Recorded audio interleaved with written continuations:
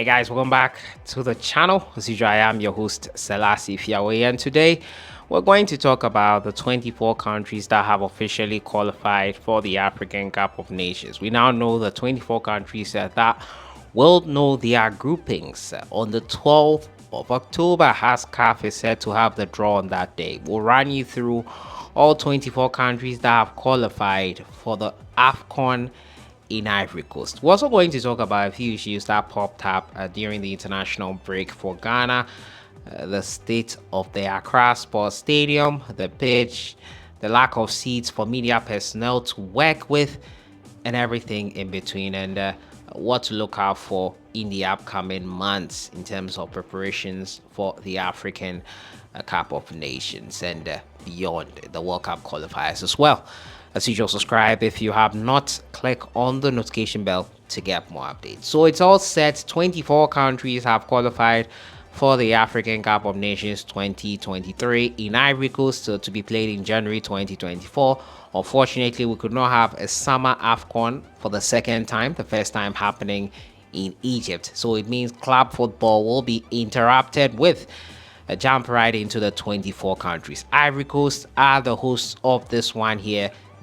They are top of that list. Morocco have qualified despite missing or having their game versus Liberia postponed. It wouldn't have affected their qualification or improved Liberia's qualification chances, but Morocco is there. Algeria, South Africa, Senegal, Burkina Faso, Tunisia, Egypt, Zambia, Equatorial Guinea, Nigeria, Guinea-Bissau, Cape Verde, Mali, Guinea, Ghana, Angola, Mozambique, Tanzania, only making their second AFCON appearance, DR Congo, Mauritania, Gambia, Cameroon, who qualified yesterday after winning their game in Garoua, and Namibia. These are the 24 countries that will be playing in the African Cup of Nations next year, January, in Ivory Coast. It'll be interesting to see these countries all in action. Ghana qualified after beating Central African Republic on the final match day. Cameroon also left it to the final match day to win 3-0 as they also made it to the African Cup of Nations, which they hosted last time out, and finished third in on home soil. So it was great to see them qualify once again. It'll be interesting to see how they perform. But these are the 24 countries, as I've stated for you, that will be playing in the African Cup of Nations, and we'll be watching them closely, monitoring them, and updating you accordingly. Friendlies are set to be played next month in preparation for these tournaments, and Nigeria will take on Saudi Arabia. Ghana, as you already know, will take on United States and Mexico. Nigeria will play Saudi Arabia in Portugal. So interesting games to look forward to next month during the international break. The draw for the African Cup of Nations will be held in Ivory Coast on the 12th of October. So we'll also be following that draw. We'll see which group Ghana will be in. Probably the top teams that finished in their groups will be placed in the top pot, which will be pot 1, or based on rankings, they will be done. Whichever way, we'll update you when we have all the information concerning how the draw will be done. So yesterday, Coach Chris Hughton addressed the media and talked about probably why we have scored more than a lot of goals actually in Accra here, and Accra should be made the mainstay stadium for our games. He also responded to that by saying he does not determine where we play, but talking about the Accra Sports Stadium, it was a huge concern for a lot of you and for myself as well, especially looking at the state of the pitch. It was unfortunate that the pitch was not well maintained. Given that there was a heavy rainfall that day, late morning, there was a rain that messed up the whole stadium. But rains like that should not affect the stadium in that way, and if there is proper maintenance given to the pitches, the National Sports Authority have to take the blame for this one. Also, the seats that are meant for media personnel to work in were non-existent. Media had to stand. Those who were giving commentary, those who were working with their laptops had to stand and do all that work. It was not the best for those who were at the stadium, and it was not the best of conducive environments to work in.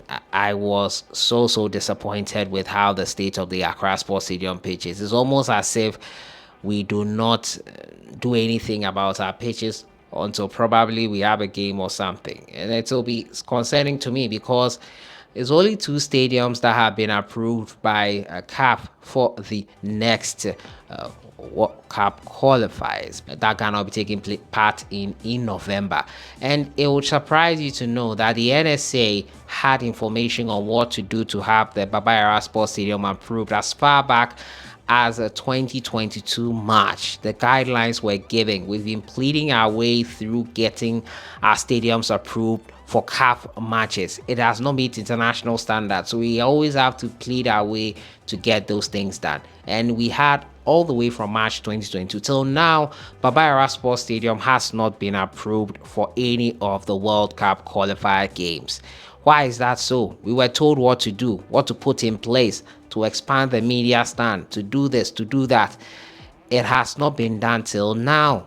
And now Baba Yara will not be used for the World Cup qualifiers until probably a last minute something is done. It's so surprising that we know what to do, but then we don't do it. We wait to the last moment to rush and do stuff and plead our way through playing matches in our home venues. It could come to a point where none of the stadiums in Ghana would be approved by CAF for any of the matches. We are not there yet, but we should not get there. Look at what happened to the Afcon Stadium after our African Cup of Nations in 2008. It's been abandoned, and it's a shadow of how it looked like when we played in that tournament and hosted it here, finishing 3rd. It is unfortunate what is happening to our stadium. It's unfortunate the poor maintenance culture that is in this country. Yesterday's game was abysmal. It was not the best way to showcase our stadiums. Baba Yara, also when it rains, sometimes it's difficult to play on. We have a lot of work to do. We should not neglect maintaining our stadium. And most of these players who are professionals, play in top leagues across the world, took a huge risk by playing in this game because they could have easily been injured and not be able to play for their club sides when they return.